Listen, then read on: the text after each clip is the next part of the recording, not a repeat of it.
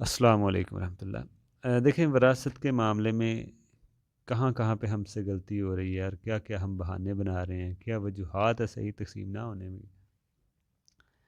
دیکھیں بعض لوگ کیا کہتے ہیں اس مسئلے میں، جس کے پاس انتقال ہوا ہو باپ کا، وہ سب کچھ رکھ لیتا ہے۔ یہ بھی غلطی ہے جو ہم کرتے ہیں۔ اب یہ نہیں ہے کہ بڑے بیٹے چھوٹے بیٹے کے پاس ماں یا باپ کا انتقال ہوا اور یہ سمجھیں کہ یہ اب ہمارا ہی ہے، ہمارے پاس ہی رہتے رہیں۔ ٹھیک ہے، اگر تو بیٹے کا مکان ہے، ماں باپ وہاں پہ رہتے رہے ہیں، پھر تو ٹھیک ہے، اسی کا یہ کوئی ایشو نہیں۔ لیکن ماں باپ کا مکان ہے اور جو آخری بیٹے یا بیٹی کے پاس جو رہتا رہے، جس نے بڑی خدمت کی ہے بیٹی نے، والدہ یہ کہے جی سارا زیور اس کو ہی دے دیا جائے، ایسا مسئلہ نہیں ہے۔ اگر وہ کہہ بھی جائیں، دے بھی جائیں، پھر بھی اس کے مرنے کے بعد ان کی وراثت کی طرح سب وارثوں کو حصہ ملے گا۔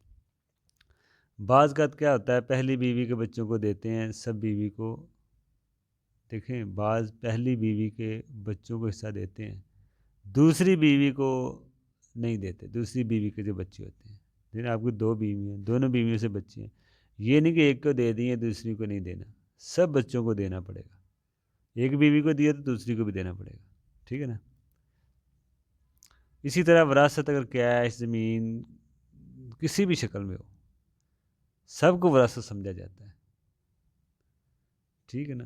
وراثت صرف یہ نہیں ہے کہ زمین ہے، کیش، پیسہ، نقدی، زیور، سونا، ہر چیز کو وراثت سمجھ کے اس کو تقسیم کیا جائے گا۔ یہ نہیں کہ صرف آپ وراثت زمین کو ہی سمجھیں، کیش اور زمین کو، باقی چیزیں بھی وراثت میں آئے گی۔ اسی طرح ماں شریک، باپ شریک، بہن بھائیوں کو اکثر محروم رکھا جاتا ہے، ان کے بھی حصے ہوتے ہیں۔ مرنے والے کی ماں شریک بہن بھائی، باپ شریک بہن بھائی، اگر اولاد نہیں ہے تو ان کے بھی برل حصے ملتے ہیں جو ان کو ہم دینا چاہیے۔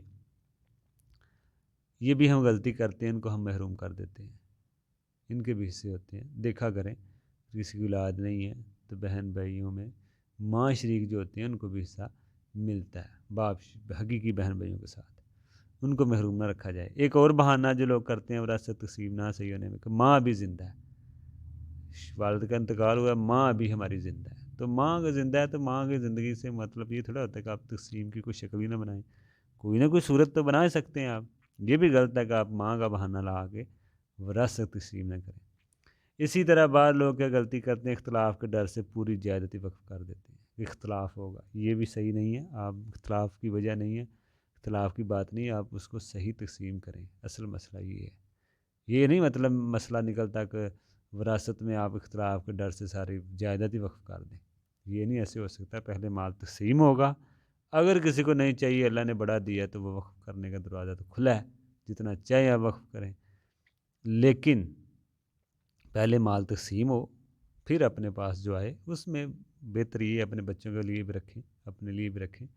اس کے بعد اگر آپ کو کوئی ضرورت نہیں ہے، زیادہ سمجھتے ہیں، تو آپ زندگی میں وقف بھی کر سکتے ہیں، 1/3 کر دیں یا وصیت کر دیں 1/3 کی، دونوں طریقے آپ کے لیے جائز نہیں ہے۔ زندگی میں کچھ بانٹ دیں یا مرنے کے ٹائم 1/3 کی بھی آپ کو پر وصیت ہوتی ہے۔ تو یہ مسائل ہیں، سب اس کو سمجھیں، سیکھیں، پھر ہی اس پہ عمل کر سکیں گے، وگرنہ آپ کسی نہ کسی غلطی میں پڑ سکتے ہیں، عذاب کے مستحق بن سکتے ہیں۔ اللہ تعالی ہمیں اس پہ عمل کی توفیق دے، ہمیں حق جس جس کے بھی اللہ نے رکھے ہیں اس کے مطابق عمل کی توفیق دے، اللہ کے فیصلوں پہ ہم راضی رہیں۔